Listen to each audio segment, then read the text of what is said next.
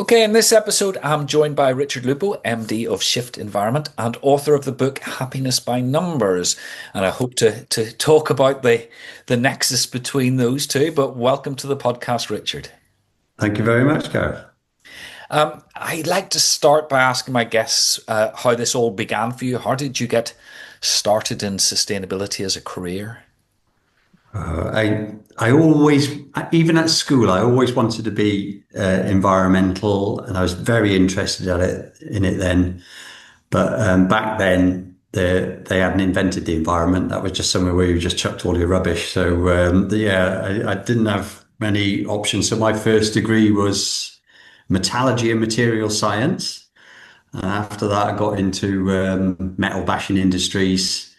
But I like to think of myself as a bit of a guerrilla environmentalist then, because I was always trying to save waste and production line waste and things like that. So it was always the environmental and cost savings. Because at the time, yeah, if you mentioned environment, you'd be taken out and shot as some kind of communist. But then, yeah, after about 14 years metal bashing and little bits of recycling projects and ISO 14001 helping. I managed to get an opportunity to do a master's in environmental engineering at Imperial College.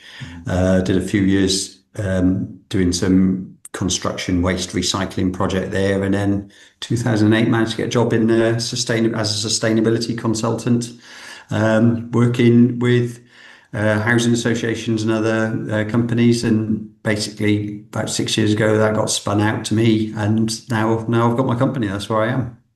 Yeah. You mentioned housing associations. Do they have a particular take on wanting their buildings to be more sustainable? Because obviously they've got a social purpose.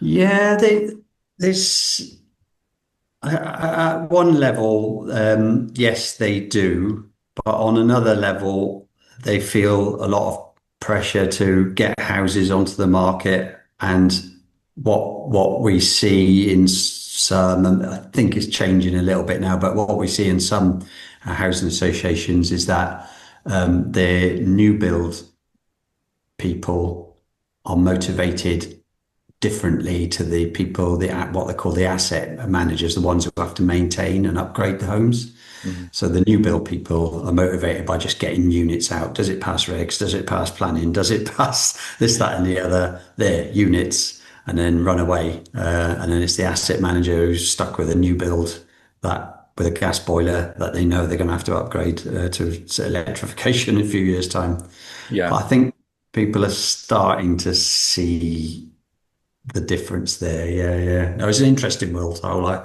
housing association world. Yeah. Well, it's interesting you talk about the gas boiler and electrification because, as somebody who works occasionally in the built environment, but usually in other places, it just seems incredible that we're building these houses. The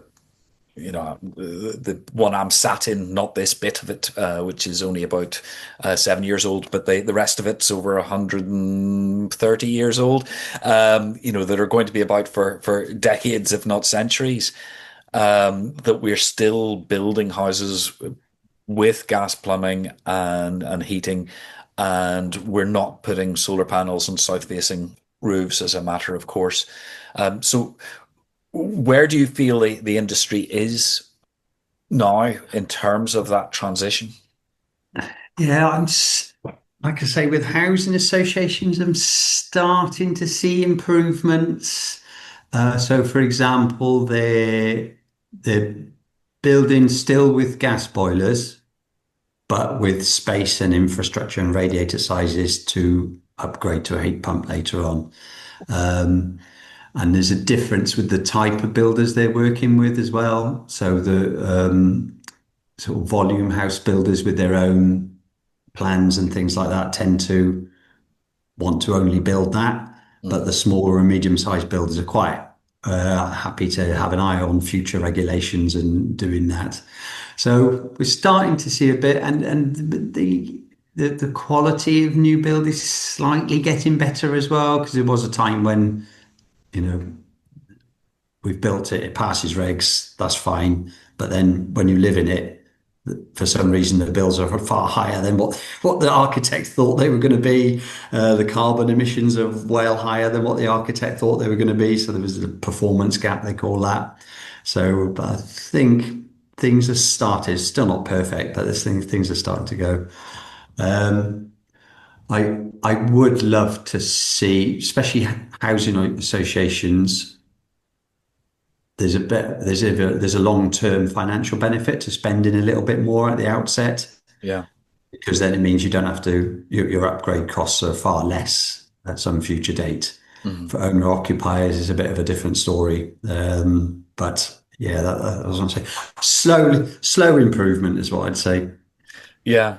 And it strikes me it's not helped by the fact that we're still really only got, Part L of the building regulations. It seems helping us along, but Yeah, various attempts to legislate or even just produce a government standard for what yeah, net zero or zero carbon home might be. yeah. No, Part L. I mean, I've said what I said about housing, but we do a lot of ESOS assessments and ESOS audits, and you go around some of the non-domestic buildings, and you can see they're just built for Part L. They're not built for the running Yeah. costs or the low energy. I can imagine the client has said, "Yep, please build it, make sure it passes, and we'll take it." And then as a client, they end up with a sort of something to sure passes Part L, but it's totally unworkable. Would cost them a fortune to run. So yes, there's a yeah. I think with new build, whenever you speak to the new build people, they're always, does it pass? Does it pass planning? Does it pass this? Have I got this tick box? Does it? That's the mentality, and it's not the mentality of I want to build something that's really good. That's not all builders, obviously, but a lot of them are like that. Okay, I mentioned your book, Happiness by Numbers. Tell us about that. What's the premise behind the book?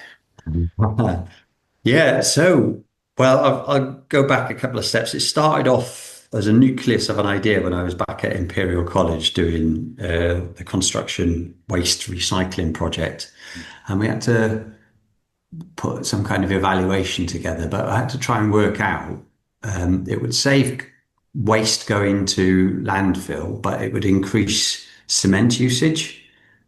So with it, the cement and the carbon related emissions related to cement. So on one hand, you're reducing waste, which is good for the environment, but you're pumping more carbon in there.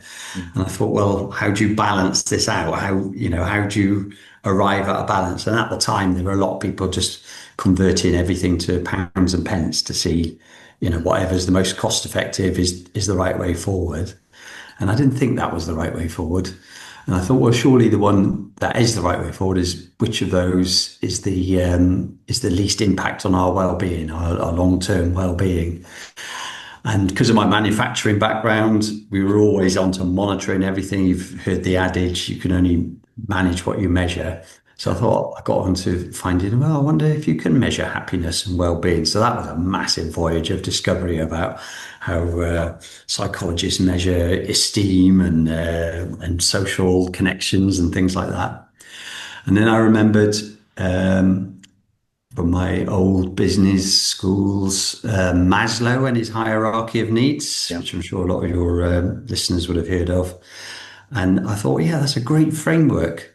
So to put all this together, to put well-being and environmental protection together. So the premise is that we should all be looking after our own happiness, and we're kind of hardwired to do that anyway. So we've got to realize that if we look at the Maslow's hierarchy of triangle and his hierarchy of needs, right at the top is our self-actualization. Let's call that ultimate happiness. And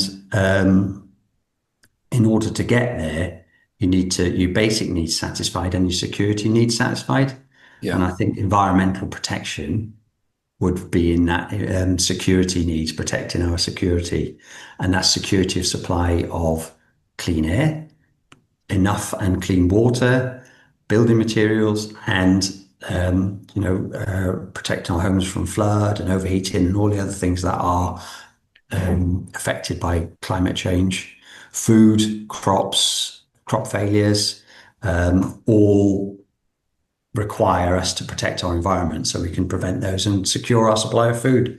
Yeah. And the idea is that once you've got all that, then you can start pursuing the higher levels of happiness, let's call Yes. it. So it's a kind of a look at the science of measuring well-being. It's Yeah. absolutely fascinating. It's real. It's doable. In some quarters, it is being done by the Office of National Statistics and with the OECD countries, and then putting it all into a single framework. So you could say um, what to what degree are each of these levels of Maslow's hierarchy satisfied? Yeah. And so the book's written in sort of three thirds. It's a book of three thirds. Like instead of a football match of 2 hours, there's a book of three thirds. First bit's about the science. The second bit is about on a household level, what to do, what to aim for, what numbers to use, what metrics to use. And then the third bit is on an organizational level. How can you sort of really use the pursuit of an organization's well-being of staff and its customers to further environmental protection? Yeah. That just spins off a whole load of ideas and thoughts. Yes. Um, but the first one is, eco-anxiety seems to be a very real thing. And, I deliberately protect myself from eco-anxiety by not dwelling too much on impending doom. Yeah. So I will read enough and likewise other traumas in the world. Yes. I read, I make sure I read enough so I know what's going on, but I don't feel that I have to really dive in deep to protect myself. Yeah. But I've had people on the podcast who have talked very honestly and openly about eco anxiety almost driving them over the edge, and Mm. it's a very real thing. So I thought this was an interesting idea to look at the flip side, which is rather than, as I say, anxiety about doom, does sustainability make us happy? I suppose is the question I'm working my way towards. Yeah. Yeah. I mean, there is that phenomenon, isn't it? Eco anxiety. But like you say, there's people who get anxious about all sorts of things, aren't there? So I guess the trick for professionals like us and our institute to put a plan together to make it good. Yeah, Um, on the one, but to answer your question directly, I guess yes. So, I mean, there's lots of evidence about going for a walk in the woods and being exposed to phytoxines genuinely does improve our well-being and happiness, and that's a measurable phenomenon. Um, some people, I've got friends who are chuffed to bits with their solar panel and checking their little apps all the time about that. So I suppose it can make some people happy, but I guess other people are just doing it as a matter of course. Yeah, I've got a hybrid because that's the only car they had on hire, or I think it's a matter of course thing. What I'm trying to get at, and I think is hardwired in all of us, is that to go for the higher levels of happiness, to enjoy time with your friends, to really develop your own potential and explore what your purpose in life is, and to self-actualize and have peak experiences. You need the basics. You need to protect the environment. Some people will find that exciting. Me with my battery on my house, me with my solar panel, me getting cavity insulation in my house. I find that very exciting. Other people might find that boring, but that's what I'm trying to do with the book, is just trying to make people, yes, it is boring for a lot of people. You might want to concentrate on your next holiday, getting your kitchen done and all that kind of thing. But it's just a necessary evil, like doing the dishes. Got to do them. Otherwise, you yeah. get botulism.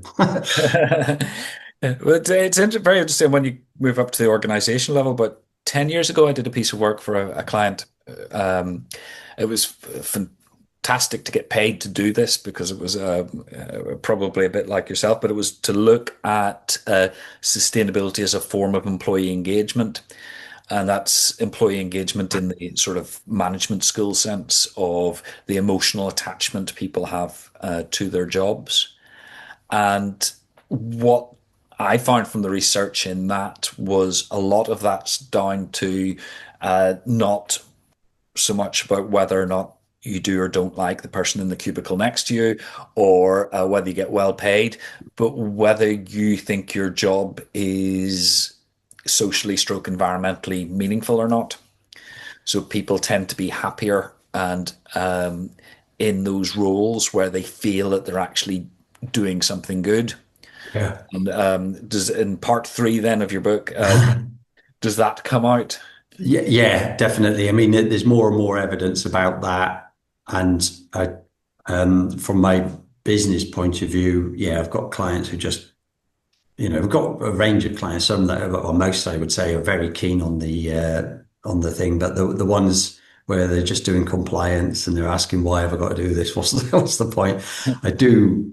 I've got a bit of a calculator, a profits calculator, where yes, as a sustainable organization, you can save bills. Great. But that's a really small part. You can sell more products and services.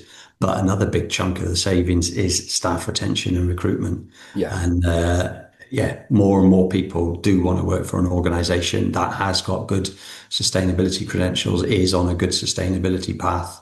And yeah, even just from a business sense, it makes sense to do it. Yeah. Yeah. And that research went on to find that I was just researching other people's research. It wasn't core Mm. research of mine, but that if you look at the top quartile and the bottom quartile of engagement, however they measured it, it's companies like Gallup do the measurements. Mm. The ones in the top quartile just blow the others out of the water in terms of profitability, health and safety performance, profitability, any measure that Yeah.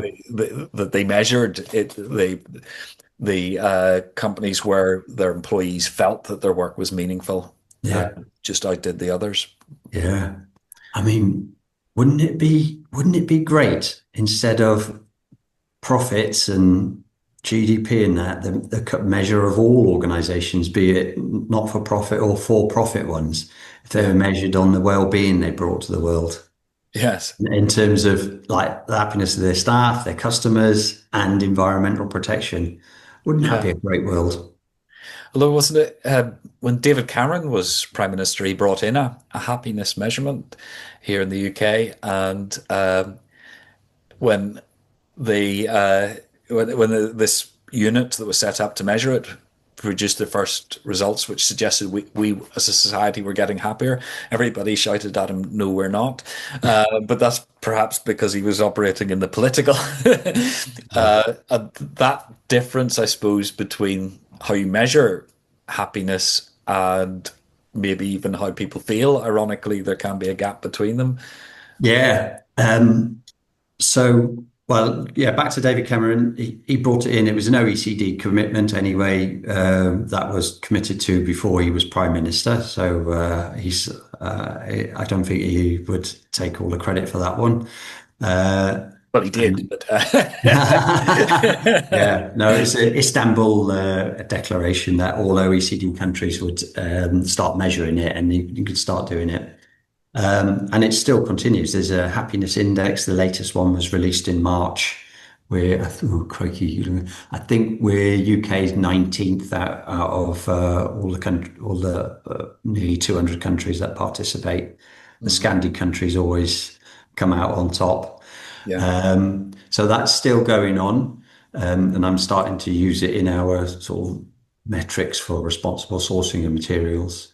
And yeah, there are units doing it. And you say the difference between what's measured and how people feel, but it's it's not accurate. It's not like getting a ruler on the piece of paper, yeah, but it's accurate enough. And the science behind it is there's the if people rate the typical question is marks out of 10, how would you rate your life satisfaction? 10 being totally satisfied and 0 being not satisfied at all. So that's the rating. And it turns out that people, if you say you're 8 or 9 out of 10 and the surveyors ask people that they know, what do you think about Richard or Gareth's happiness? And they all typically come about with the same figure. So that's kind of one validation. And then this one's, well, I find it interesting. They've actually looked at happiness hormones in our blood, and the people who rate themselves highly on those rate themselves highly on the life satisfaction score, typically have higher levels of these happiness hormones. Um, And there's four of them. There's oxytocin, dopamine, endorphin, and serotonin. yeah. And I I remember that because if you take the first letter of each one, it spells odes. And like Beethoven's Ninth, there's ode to joy, isn't it? So odes to joy. So there's surely the universe is telling us something there. Yes, an excellent way of doing it, and maybe a bit of confirmation bias on my part of view, but I've always tried to avoid the doom and gloom side of sustainability awareness and focus on what can we do.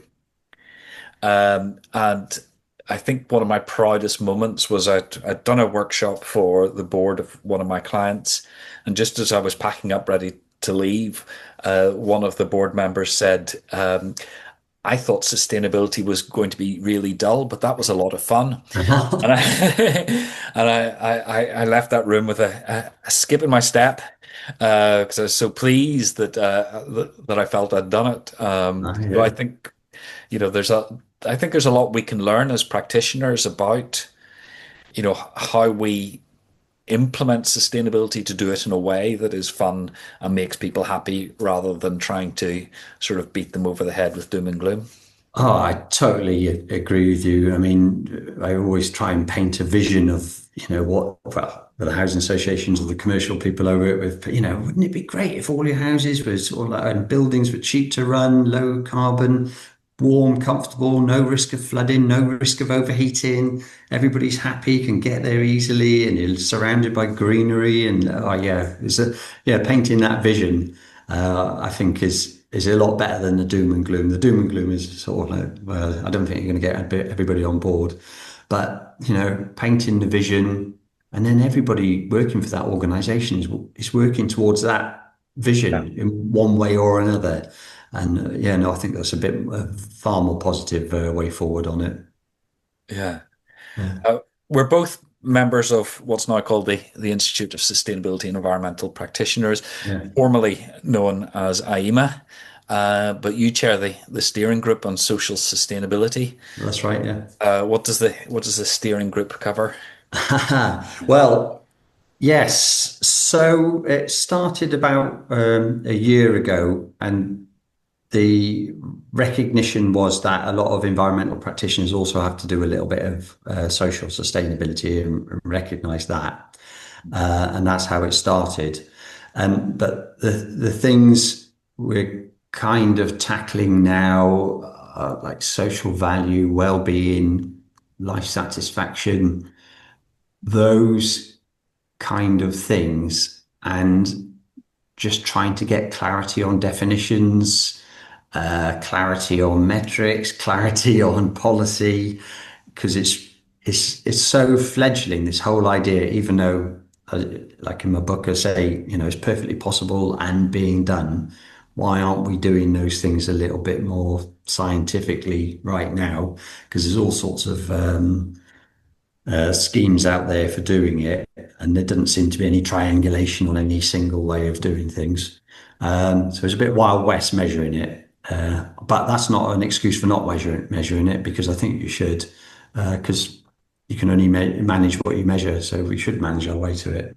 So that's what the group is about. It's a brilliant group. I mean, I'm not a practitioner on putting social value or social return on investment the figures together, but the group is made up of people who are very talented in doing that, and it's so interesting what's going out there.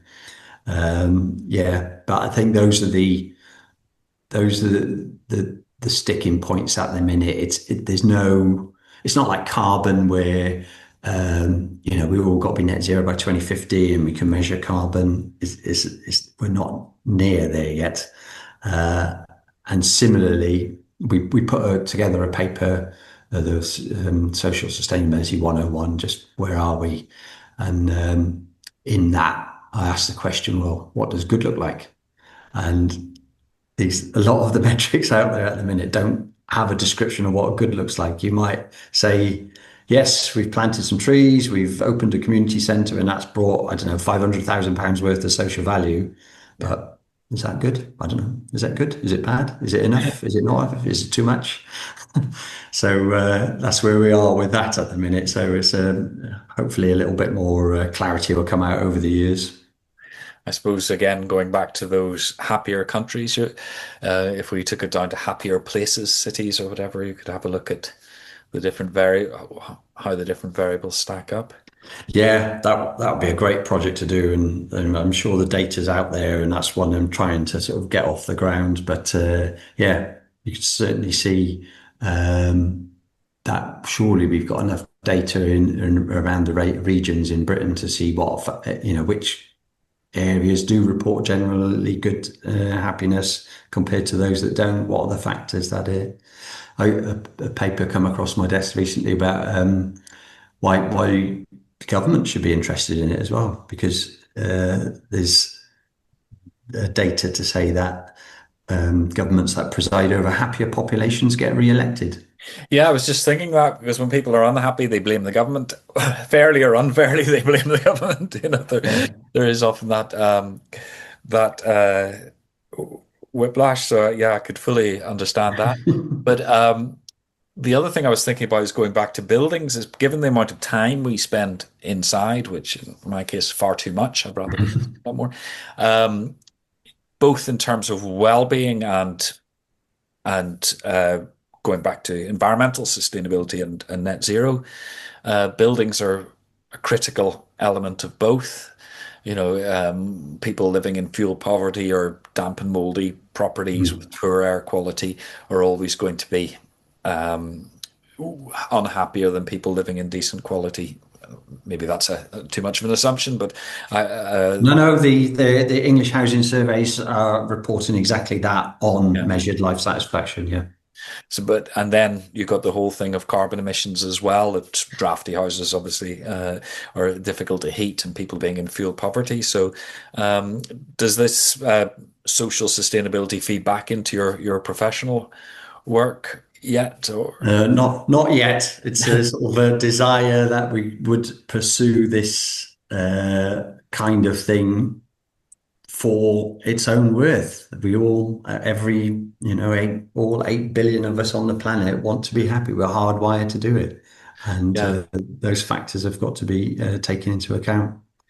one thing that worries me a little bit is a lot of sort of large scale house building seems to involve houses with small windows, and to comply with Part L of the building regulations and get this insulation factor up, and yet being able to look out at green spaces is probably a big aspect of well-being, because there's that famous study on patients in hospitals who had a view of Yes. nature recovering faster than patients who don't. Yes. So I do worry that's a clash, perhaps, between some of the ways we're trying to improve energy efficiency of buildings and the well-being of the people inside. Um, Is that fair? Yeah, possibly, but there are other factors as well. You've already mentioned one, but also in some building types, you've got large windows, you get a lot of solar gain, so it increases the risks of overheating. So that's now part O of building regulations, another part of building regulations. So there is that. But I guess what we're not seeing on any regulation is the amount of green spaces provided outside the homes. Yeah. So, are they big enough? Have people got access to green spaces?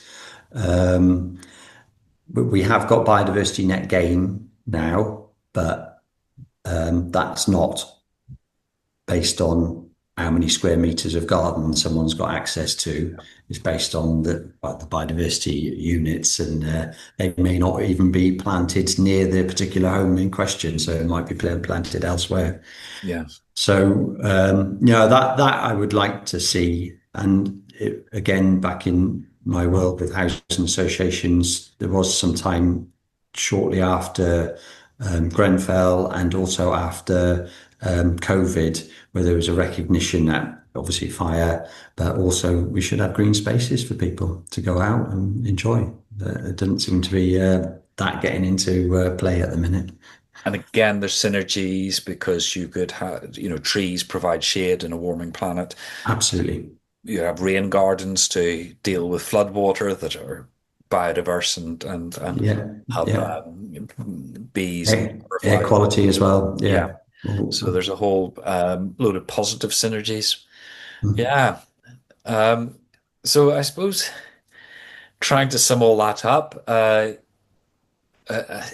slightly simplistic question is, are you personally optimistic or pessimistic about sustainability? I'm an optimist. I'm an optimist. Like we're both professionals. We can go into an organization and you can see, right, well, you need to do this, that, and the other, and then you'll be on a good path. Don't do this now because the government haven't sorted out the prices of electric yet. But certainly do this now. These are no-brainers. So I am optimistic. Um, the thoughts about AI came into my world, and is this going to take us over? But then, I do an audit, and people are leaving the heating on Sundays in buildings that aren't occupied.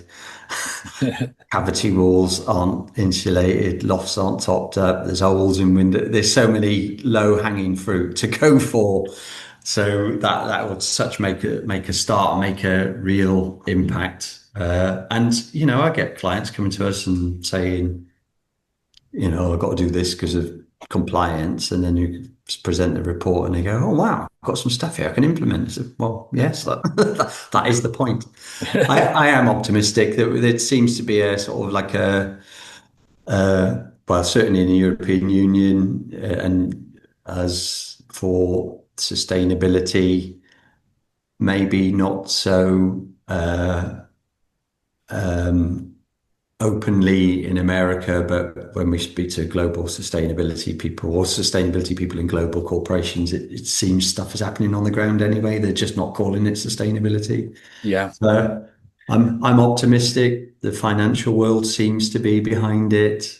It seems to make sense.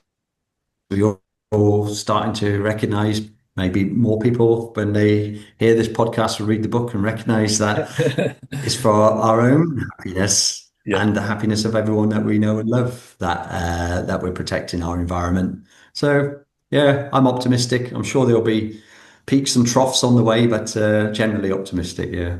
Yes, that's Happiness by Numbers by Richard Lupo, just as a reminder for anybody who wants to get hold of the book and read it. But that I feel very happy after this session because I think it's been very uplifting. But I was just before we go, I was just wondering, you mentioned the home energy systems that make you happy. Is there anything else through all this work that you have actually changed in your own lifestyle, which sort of hits that overlap in the Venn diagram between sustainability and personal well-being? Is there any tips you can leave people to things to try? Well, on kit wise in the house, I mentioned the battery, solar panels, cavity wall insulation, all those Yeah. things, they're good. But I guess my sort of attitude to life has changed a little bit, and it's not, I mean, I'm not on the poverty line, so it's not a decision about whether I'm going to heat or eat for Yeah.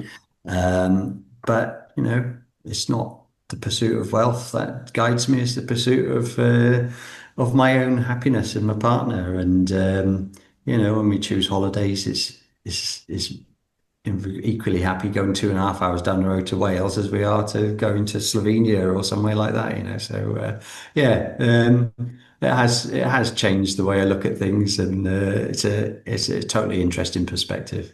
Fantastic. Okay, well, that just leaves me to thank you very much, Richard, for taking part today. I think that's given us a lot of happiness. Well, thank you very much. I hope it does.